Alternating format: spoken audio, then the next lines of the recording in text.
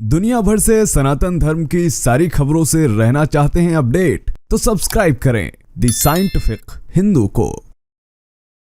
नमस्कार दोस्तों, पिछले कई वीडियोस के माध्यम से हम आपको डॉक्टर राहुल शुक्ला के उन विचारों से परिचित करवा चुके हैं जो आपका दिमाग घुमा देते हैं। फिर चाहे वो शुक्राचार्य जी का कॉन्सेप्ट हो, फिर या फिर अल्लाह का कॉन्सेप्ट हो जो कि इस्लाम में आता है, या मोहम्मद साहब का कॉन्सेप्ट हो। ये सारे कॉन्सेप्ट ऐसे थे जिनके बारे में अभी तक तो इंटरनेट पर बहुत ही कम बात की गई है, लेकिन राष्ट्रनीति यूट्यूब चैनल के माध्यम से राहुल शुक्ला जी का यह इंटरव्यू लिया गया और उसके बाद जो जानकारी आपने देखी उसने आपका भी दिमाग हिला दिया। इसी कड़ी में एक और वीडियो है जो कि राष्ट्रनीति न्यूज़ यूट्यूब चैनल पर अपलोड है। इसका टाइटल है सूफियों मजारों दरगाहों का सच, बाबर ने किस लालच में मंदिर तोड़ा। इसका पार्ट 1 है और यकीन मानिए ये वीडियो सिर्फ इसी संदर्भ में नहीं है कि सूफियों मजारों और दरगाहों से संबंधित, इसके आगे भी इसमें जो जानकारी दी गई है वो आपको हिला देगी। तो चलिए देर न करते हुए शुरू करते हैं आज का वीडियो। मेरा नाम है धीरेन्द्र और आप देख रहे हैं द साइंटिफिक हिंदू।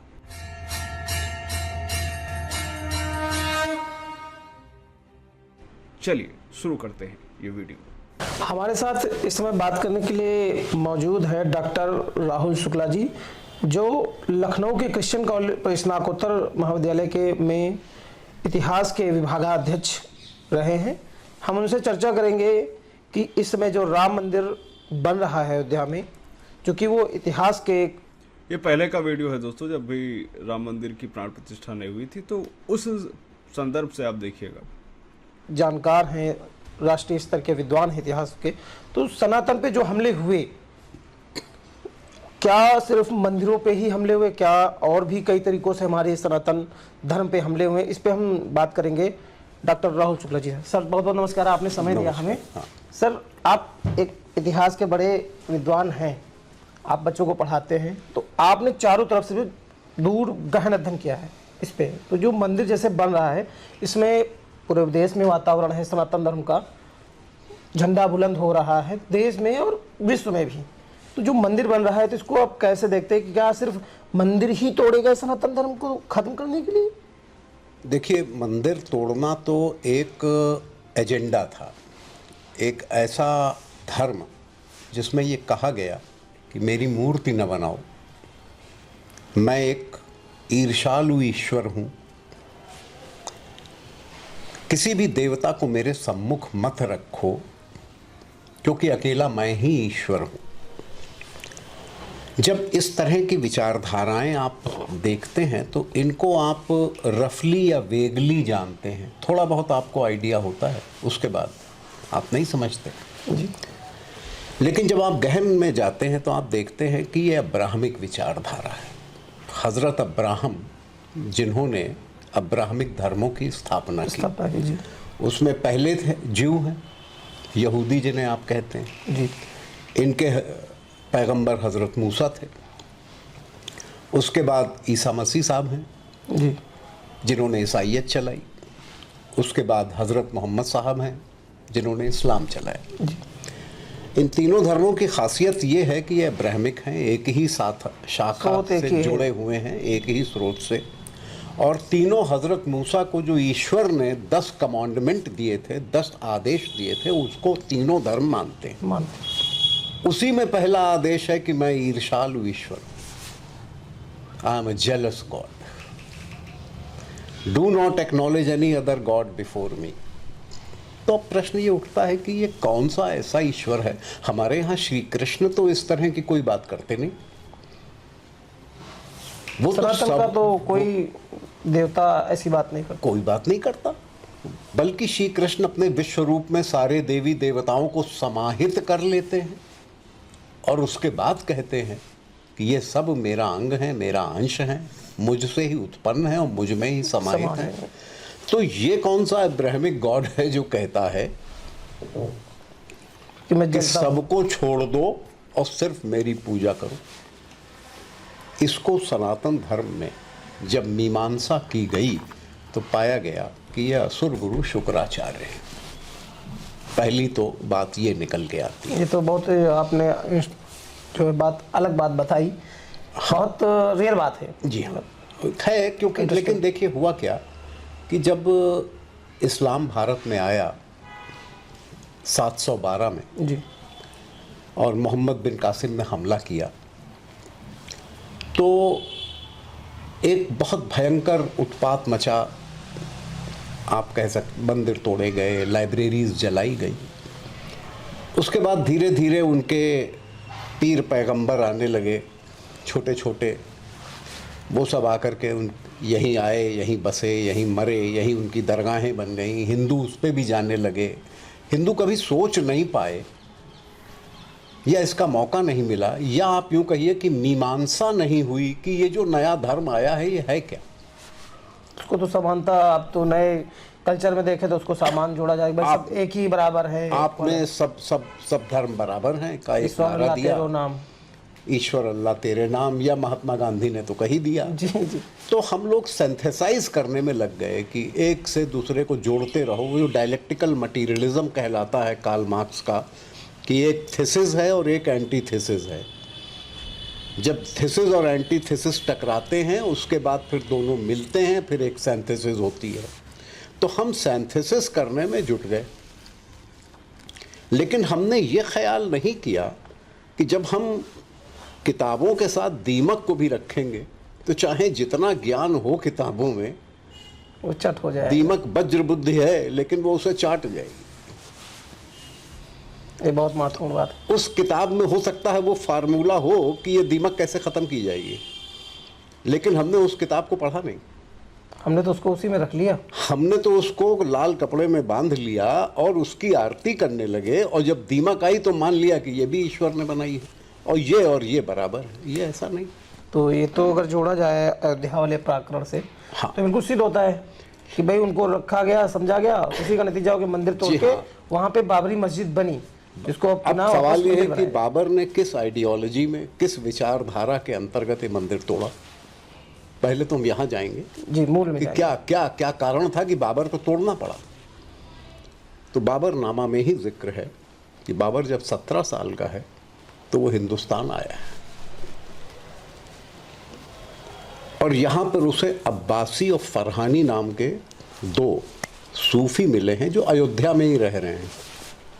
अब्बासी और फरहानी ये अयोध्या में ही रह रहे हैं। अच्छा, इनको अब्बास और फरहान भी कहा गया है। ये कहते हैं बाबर से कि देखो ये शैतान का किला है, और अगर तुम ये कसम खाओ कि तुम इसे तोड़ के ख़त्म करा दोगे और यहाँ मस्जिद तामीर कराओगे, तो हम इमीडिएट फ्यूचर ये देख रहे हैं कि तुम हिंदुस्तान के शहंशाह हो जाओगे। ये अब्बास और फरहानी कह रहे हैं। हाँ, बाबर ने ये बात आत्मसात कर ली। कुछ परिस्थितियां ऐसी बनी कि उसे उज्बेकिस्तान से, दरिया फरगना से, जहाँ का वो रूलर था, जी, वहाँ से उसे भारत आना पड़ा। युद्ध हुआ, भारत में उसे रेजिस्ट नहीं कर पाए। इस्लामिक थे लेकिन रेजिस्ट नहीं कर पाए। और उसके पश्चात बाबर खुद तो नहीं अयोध्या आ पाया दोबारा, लेकिन उसने मीर बाकी को भेजा। मीर बाकी ने आके यहाँ मंदिर तोड़ दिया और मस्जिद बनवा दी। तब तक वहाँ विद्रोह हो गया बाबर के मूल राज्य में जी। उसका भाई काबिज हो गया। वो उसको वहाँ घुसने देने के लिए तैयार था, और बाबर अगर लौटता तो मार डाला जाता। तो उसके पास कोई ऑप्शन नहीं रहा, वो इंडिया में ही रह गया। और जो कुछ उसने जीता था, यही आगरा दिल्ली, बस वहीं वो बैठ करके शासन करने लगा, राजा बन गया। तो पहली चीज तो 2 सूफियों का इसमें हाथ है मंदिर तोड़वाने। अब आज की बात करें अगर सूफियों से जोड़े, तो सूफियों को कैसे प्रेजेंट किया जाता है कि वो अमन और शांति के, हाँ, वो अमन शांति के दूत हैं, लेकिन वो शुक्राचार्य जी के पैगंबर हैं। तो उतने बड़े पैगंबर नहीं हैं जितने बड़े ईसा मसीह हैं या हजरत मूसा हैं या इस्लाम के संस्थापक हैं, लेकिन हाँ वो भी छोटे मोटे पैगंबर हैं, गण हैं एक तरीके से, उन्हीं के गण हैं जो वही कार्य कर रहे हैं जो उन्हें आदेश है कि मैं एक ईर्ष्यालु ईश्वर हूँ और कोई अन्य ईश्वर मेरे सम्मुख न रखो, मेरी मूर्ति मत बनाओ, मूर्तियां गंदगी हैं, मूर्तियों को तोड़ दिया जाना चाहिए। तो बाबर ने इसी डिक्टेट का फॉलो किया और मंदिर और मूर्ति इत्यादि सब तोड़ डाली। अब आइए आप, हिंदुओं में ये कंफ्यूजन कैसे आ गया कि ये भी भगवान ईश्वर अल्लाह तेरे नाम गाना एक ही है। हम मानते हैं स्रोत एक है, लेकिन स्रोत एक होने के पश्चात भी गुण धर्म सबके अलग अलग हैं। एक बाप के 5 बेटे होते हैं, पांचों के गुण धर्म अलग होते हैं। बिल्कुल। हमारे यहाँ समुद्र मंथन हुआ, उससे 14 रत्न निकले, लेकिन उसी से विष भी निकला और उसी से अमृत भी निकला, और दोनों के गुण धर्म डायमेट्रिकली अलग हैं, अपोजिट। दोनों को सामान्य तो नहीं माना जा सकता। तो अब आप कहते हैं साहब अमृत और दोनों एक ही कोख से उत्पन्न हैं, तो हमारे लिए तो दोनों पूजनीय हैं, दोनों वंदनीय हैं। हो सकता है ऐसा हो, मैं इस फिलॉसफी का डिनायल नहीं करता, लेकिन एट द सेम टाइम अगर अमृत और विष दोनों आप ग्रहण कर लीजिए तो कौन सा गुण आप में उत्पन्न हो जाएगा आप जानते ही नहीं। न मरेंगे और न जिंदा रहेंगे, ये गति उत्पन्न हो जाएगी। अमृत मरने नहीं देगा और विष जीने नहीं देगा। तो हिंदू जो है वो दोनों पूजाएं करता है, मूर्ति की भी पूजा करता है और मृत शरीर की भी पूजा करता है मजारों पे जाकर। तो सर, मृत शरीर की बात करें तो सनातन में तो पूर्वजों की पूजा नहीं होती। जब व्यक्ति खत्म होता है, उसका जीवन समाप्त होता है, तो फिर वो भी जब घर से जाता है तो घर में शुद्धि की जाती है। हाँ, फिर कैसे, मतलब ये तो बहुत साइकोलॉजी है, ये कैसे हुई लोगों की प्रवृत्ति बदली नहीं है, इसके पीछे एक पूरा अध्यात्म का विज्ञान है। जब हमारे बाबा, परबाबा, दादा नहीं रहते हैं जी, तो यथार्थ तो ये है कि हम उनके शरीर का हिस्सा है, हमारे रक्त में उनका रक्त है जी। जिस जायदाद, जिस जमीन जिस पे हम बैठे हैं, ये सब उन्हीं की बनाई है। बिल्कुल है, हम इसके उत्तराधिकारी हैं। लेकिन फिर भी जब उन बाबा की डेथ होती है और हम उनके शरीर से लिपट के रोते हैं, क्योंकि वो हमारे अपने हैं, हम उस संवेदना, उस मनोभाव को संभाल नहीं सकते, तो हमारे यहाँ कह दिया गया ये मिट्टी हो गया और ये अशुद्ध है।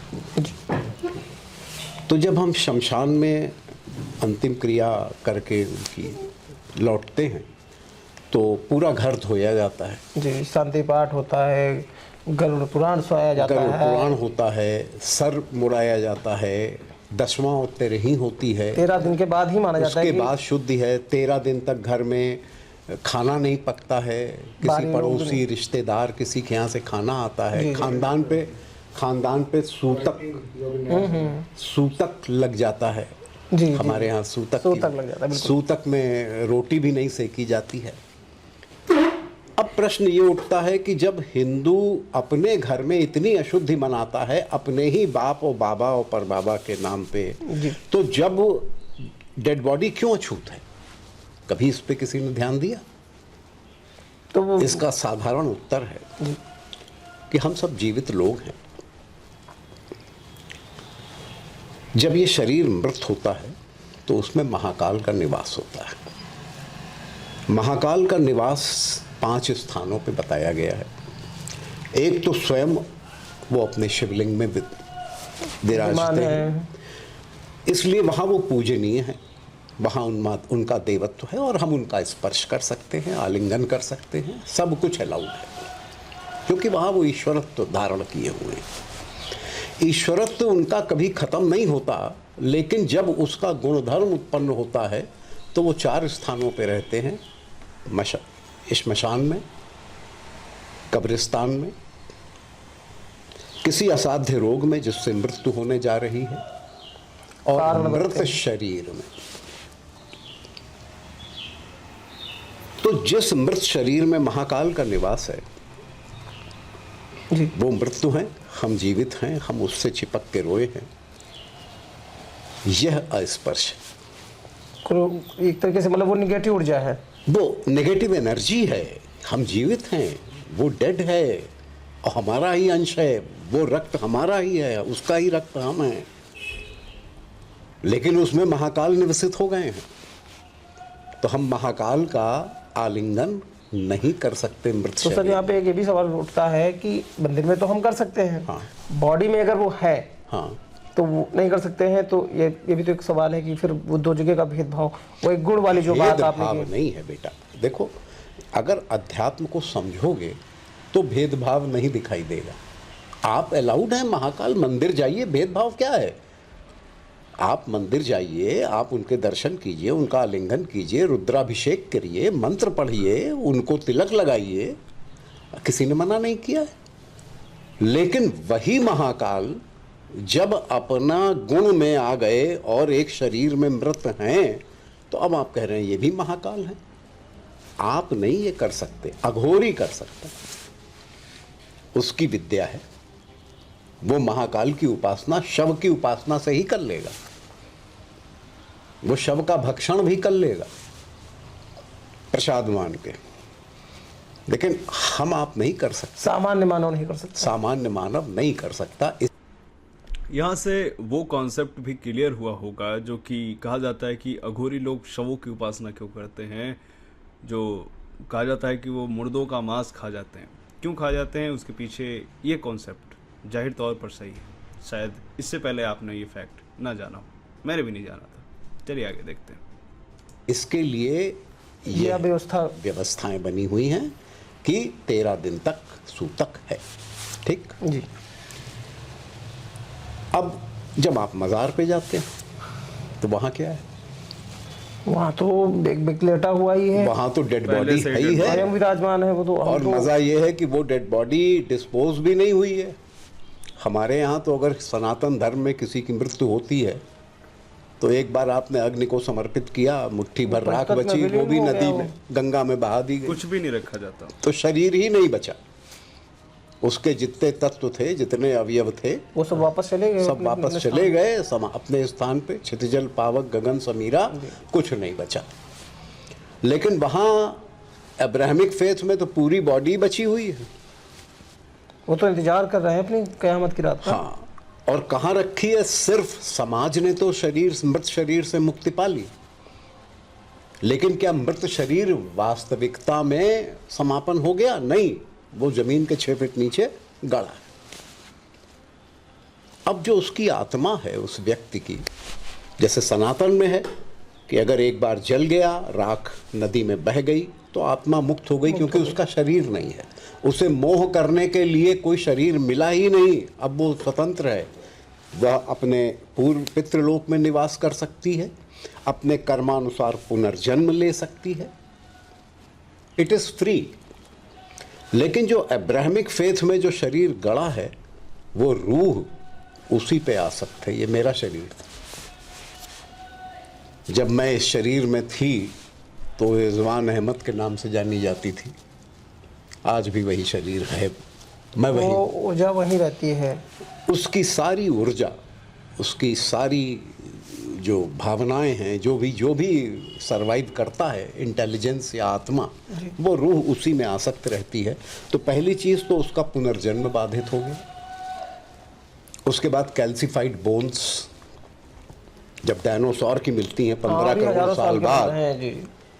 तो अगर सारी बॉडी डिसमेंटल हो जाएगी, ख़त्म हो जाएगी, गल जाएगी, उसके बाद भी उसकी बोन्स बचेंगी जो पत्थर हो जाएंगी, कैल्सिफाई हो जाएंगी, तो वो आत्मा उन हड्डियों में रहेगी, उसी में लगी रहेगी, ये मेरी हड्डी थी। उसकी मुक्ति का साधन उपाय नहीं। अब ऐसी स्थिति में आपने, क्योंकि विज्ञान पढ़ा नहीं, जो सोशल बिलीफ्स चल रही हैं कि बड़े पहुंचे हुए फकीर दे देते हैं। हाँ, अरे क्या दे देते हैं भाई? अगर खोदो तो फंगस है, बैक्टीरिया है, हाँ, गली हुई हड्डियां हैं, कई बीमारियां आपको लग जाएंगी। उसको आप उस मृत शरीर से मांग रहे हो जो अपने को न बचा पाया। वही जिंदा होता तो दे देता। हम कहते हैं हाँ, पहुंचे फकीर है, 2000 साल के हैं, ये खुद नहीं मरे तो ये किसी को मरने भी नहीं देंगे, ये जीवन दे देंगे। तो ऐसा तो कहीं वो भी एक सामान्य इंसान ही था, वो भी एक सामान्य मरने से इंसान पहले। था, वो मर गया। हिंदू कभी इस वृत्ति से नहीं सोचता। तो सनातन पे इस तरीके से कई तरीके से हमले हाँ, कल्चर पे भी हमले हुए, कल्चर पे मंदिरों हमले का वो भी हुए, तोड़ा कब्र गया। पूजा हमारे यहाँ आ गई। अरे आज आप अयोध्या जाइए तो राम जानकी मंदिर, रामलला का मंदिर जो बन रहा है, जी। और हनुमानगढ़ी, कनक भवन, इन चार के बीच आप घूमिए, 17 मस्जिदें हैं, 8 मजारें हैं। तो हिंदू निकलता तो है हनुमानगढ़ी से और मजारों पे सलाम करने लगता है, तो भटक गया फिर पथ से। तो वो भटक ही गया। वो बनाया ही सिस्टम ऐसा गया है, ईश्वर अल्लाह तेरे नाम, कि बिना अल्लाह ईश्वर मिलेगा नहीं, तो इन्हीं के लगे रहो।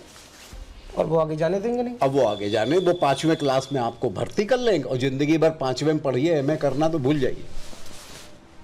एमए के आप स्टूडेंट हैं, आप रामलला के दर्शन करके आए हैं, पीएचडी करने की गुंजाइश बन रही है, लेकिन फिर आप 5वें में पहुंच गए, फिर दूसरे दर्जे में पहुंच गए, मजार। तो ये हिंदू नहीं सोचता कि जो हमारे बाबा अशुद्ध थे और हमने 13 दिन अपनी शुद्धि करी, जिनका ब्लड हमारे में है, जिनका ब्लड हम में है, और ये हम कहाँ आ गए, जो मुर्दा गड़ा हुआ है हम इसको पूज रहे हैं। कभी इतना ही सोच लो, क्या यहां से हम शुद्ध होके जाएंगे? यहां से भी हम अशुद्ध होके निकलेंगे, और उसके बाद हम मंदिर भी जा रहे हैं और रास्ते में ये गड़ा। तो क्योंकि वही मैंने जो कहा ना आपसे, मीमांसा नहीं हुई कभी इस्लाम की। अगर एक बार मीमांसा कर ली जाती, गहन विचार कर लिया जाता विद्वज्जनों के द्वारा, और ये लेफ्टिस्ट थॉट खत्म होता जो गांधी जी ने दे दिया, ईश्वर अल्लाह तेरे नाम, तो शायद उत्तर सामने था। लेकिन तो ये वीडियो था इनका 21 मिनट 3 सेकंड का। इसमें ये बताया गया है कि किस तरीके से हिंदुओं को पूरी तरह से पागल बनाया गया। बनाया क्या गया? हिंदू खुद बने। सबसे पहली बात जो डॉक्टर साहब ने कही वो ये थी कि भाई जब हमारा कोई अपना मरता है, हमारे किसी अपने का देहावसान होता है, तो हम 13 दिन का सूतक मनाते हैं। हम उस शव को अपवित्र मानते हैं, घर को धुलते हैं। हमारे घर का कोई दूसरे के यहाँ जाता नहीं है, कोई नया कपड़ा हम नहीं खरीदते, ये सारी चीज़ें हम करते हैं। तो हम किसी ऐसे शख्स को क्यों पूज रहे हैं जो कि मरा हुआ है, जिसको दफन कर दिया गया, जिसका शरीर है, जिसका शरीर जला नहीं है, जिस शरीर को, जिस अपने, जो हमारा अपना मरा है उसके शरीर को अपवित्र मान रहे हैं, तो हम उसको क्यों पूजने जा रहे हैं? और जाहिर तौर पर ये हिंदू ज़्यादा संख्या में कर रहे हैं। अजमेर शरीफ ले लीजिए, राजस्थान में कई जगह हैं ऐसी, लखनऊ में तमाम जगह ऐसी हैं, और उत्तराखंड में तो पूरा मज़ारों का साम्राज्य ही बना दिया है। अभी हाल ही में कुछ 562, पिछले साल 562 मज़ारें तोड़ी गई हैं। धामी सरकार ने जो किया है वो वाकई में सराहनीय काम है। लेकिन पूरे देश में जो मज़ारों का साम्राज्य पड़ा हुआ है वो कब ख़त्म होगा? अगर मैं आपको बताऊं कि जो मज़ारें हैं, अगर इनको तोड़ा जाने लगे, हमारे खुद के लोग इसका विरोध करेंगे। जाते हैं, अगरबत्ती सुलगाते हैं, वहाँ अगरबत्ती सुलगाते हैं जहाँ पर देख के आपको तरस आएगा। रेलवे ट्रैक के बगल में मज़ार बनी हुई है, रेलवे स्टेशन पर मज़ार बनी हुई है, मंदिर के पीछे मज़ार बनी हुई है, और यहाँ जाने वाले कौन हैं? हिंदू। क्या कहा जा सकता है? इसमें गलती अपने लोगों की ही। और प्रॉब्लम यह है कि इन सब चीज़ों को बताने वाला कोई नहीं है। अगर उसे कहा जाता है कि आप मज़ार पे मत जाओ, तो वो कहता है कि ये तो भाई कोई कट्टर हिंदू है, भाजपा का आदमी है, सेकुलरिज्म ख़त्म करना चाहता है, धर्मनिरपेक्षता खतरे में है। ये सारी चीज़ें कही जाती हैं, लेकिन सवाल ये उठता है कि आखिर ये चीज़ें कब तक होती रहेंगी। धन्यवाद देता हूँ राष्ट्रनीति यूट्यूब चैनल का कि वो डॉक्टर राहुल शुक्ला को लेकर आए, ऐसी बातें कही। मैं चाहता हूँ इस वीडियो को और आप जितना हो सके शेयर करिएगा। बाकी इनका पार्ट 2 भी है, वो भी हम अगले दिनों में देखेंगे और पूरा कॉन्सेप्ट देखेंगे शुक्राचार्य जी वाला। जैसे कि अभी यहाँ पर बात की गई कि बॉडी को दफन कर दिया जाता है ब्राह्मणिक रिलीजन्स में। क्यों किया जाता है? क्या आपने कभी सोचा है? पुनर्जन्म क्यों नहीं होता उनका? आखिर उनकी आत्मा जाती कहाँ है, कहाँ रहती है, फंसी रहती है वो आत्मा? क्या आप जानते हो वो आत्मा शुक्राचार्य जी के पास रहती है? ऐसा क्यों? इस सारे सवालों के जवाब पिछले वीडियोस में हम दे चुके हैं। अगर आपने नहीं देखा है तो जा करके देखिएगा जरूर, चैनल पे पड़े। मिलते हैं आपसे अगले वीडियो में, तब तक के लिए जय हिंद, जय भारत, वंदे मातरम, जय श्री राम।